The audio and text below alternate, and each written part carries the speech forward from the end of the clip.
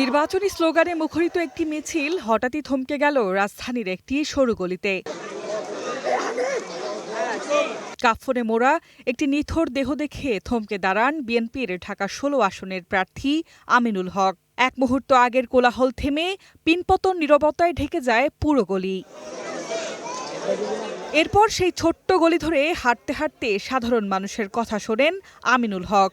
কেউ বললেন জীবিকার সংকটের কথা, কেউ আবার উন্নয়ন না পাওয়ার আক্ষেপ। আর সব কথার জবাবে দিলেন সমস্যা সমাধানের আশ্বাস। আমাদের গ্যাসের সমস্যা, কিছু পানির সমস্যা রয়েছে এবং গ্যাসের সমস্যাগুলো আপনারা বিগত সময় আপনারা জানেন যে একটি মহল, একটি সিন্ডিকেট গ্রুপ বাসস্থানের যে গ্যাসের সংযোগগুলো বন্ধ করে দিয়ে তারা তাদের সিন্ডিকেটের ব্যবসা করেছে, সিলিন্ডারের ব্যবসা। পরবর্তীতে আল্লাহ যদি আমরা সরকার গঠন করতে পারি, সেটি আলোচনা করে আমরা ভবিষ্যতে আমরা প্রত্যেকটি ঘরে ঘরে আবার গ্যাসের সংযোগ দিতে পারি কিনা সেটা পর্যালোচনা করে ইনশাল্লাহ আমরা এই সমস্যাগুলো দ্রুতই সমাধান করব ইনশাল্লাহ। ভোটাররা বললেন নিজেদের ঘরের সন্তানকেই তারা নির্বাচিত করে সংসদে পাঠাতে চান।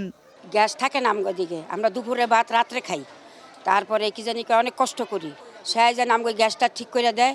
আমিনুল ভাই যদি ভোটে পাশ করে এতটুকু নিশ্চয়তা দিতে পারে যে এলাকার উন্নয়নমূলক বা গরিব অসহায়রা একটু শান্তিতে থাকতে পারবে। এদিকে ঢাকা ১৬ আসনে বিএনপির প্রার্থী সানজিদা ইসলাম তুলির নির্বাচনী প্রচারণাও ছিল প্রাণবন্ত। প্রচারণা মিছিলে ভোটারদের অংশগ্রহণে মুখরিত হয়ে ওঠে পুরো এলাকা। এ সময় ভোটাররা এলাকার উন্নয়ন, যানজট নিরসন, জলাবদ্ধতা দূরীকরণ ও কর্মসংস্থানের বিষয়ে নিজেদের প্রত্যাশা তুলে ধরেন। আমাদের বস্তিবাসী অনেক কষ্টে আছে, তাদেরকে একটা পুনর্বাসন দেওয়া হোক। আশা দিলে হবে না, আমরা চাই যে কাজটা করুক, বাস্তবায়ন করুক। বড় সমস্যা যাইতেছে দেশ, আমরা যেমন আবার আন্দোলন করে স্বাধীন করছি, আমরা চাই আল্লাহর রহমতে দানের শীষে ভোট দিতাম। ভোটারদের সমস্যার বাস্তবসম্মত সমাধানের পাশাপাশি প্রতিহিংসা আর বিভেদের রাজনীতির বাইরে এসে জনকল্যাণমূলক রাজনীতির চর্চা করার আহ্বান এই প্রার্থীর। পরিবর্তন চাই রাজনীতিতে, সেই জন্য আমরা এখানে, এবং প্রতিহিংসার রাজনীতির বাইরে যে রাজনীতির চর্চা মাঠে আনতে হবে। যেই প্রতিহিংসার শিকার বিগত সময় স্বৈরাচার সরকারের আমলে আমরা হতে দেখেছি, হত্যাযজ্ঞ আমাদেরকে পার হতে হয়েছে, হাজারো ভাইদেরকে হারিয়েছি।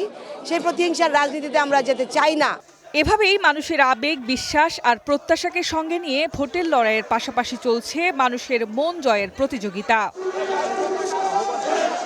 HA. Mitu, green news, Dhaka.